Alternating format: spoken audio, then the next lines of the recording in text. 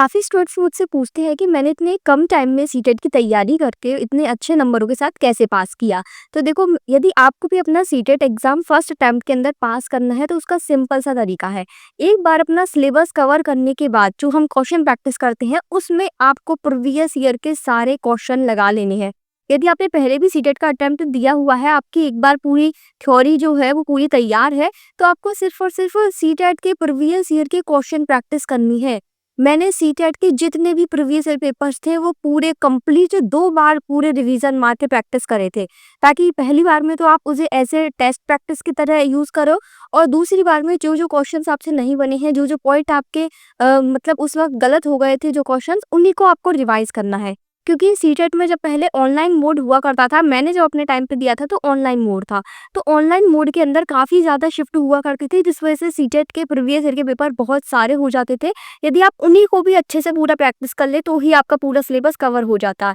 सिर्फ previous year के question practice करके। लेकिन जैसा कि अब सीटेट ऑफलाइन मोड पे हो रहा है, तो आप सीटेट की जो प्रीवियस ईयर क्वेश्चन पेपर की बुक आती है ना मार्केट में, कोई भी पब्लिकेशन की, सीटेट के प्रीवियस ईयर पेपर आप खरीद लेना, बुक खरीद लेना और उनसे अपने क्वेश्चन प्रैक्टिस करिए। क्योंकि जब आप पेपर देने जाओगे तो वहाँ पर आपको 50% जो क्वेश्चंस हैं वो तो as it is previous year papers में से ही आपको मिल जाएँगे, और रहे जो बाकी के क्वेश्चन तो वो भी थोड़ा बहुत उसमें मॉडिफाई करके उन्हीं क्वेश्चंस को घुमा फिरा के और आपसे पूछ लिया जाता है। तो यदि आपने प्रीवियस ईयर के सारे क्वेश्चंस किए हुए होंगे तो आप वहाँ मेन एग्जाम के क्वेश्चंस आराम से कर लोगे और आराम से अपना सीटेट एग्जाम पास कर लोगे फर्स्ट अटेम्प्ट के अंदर।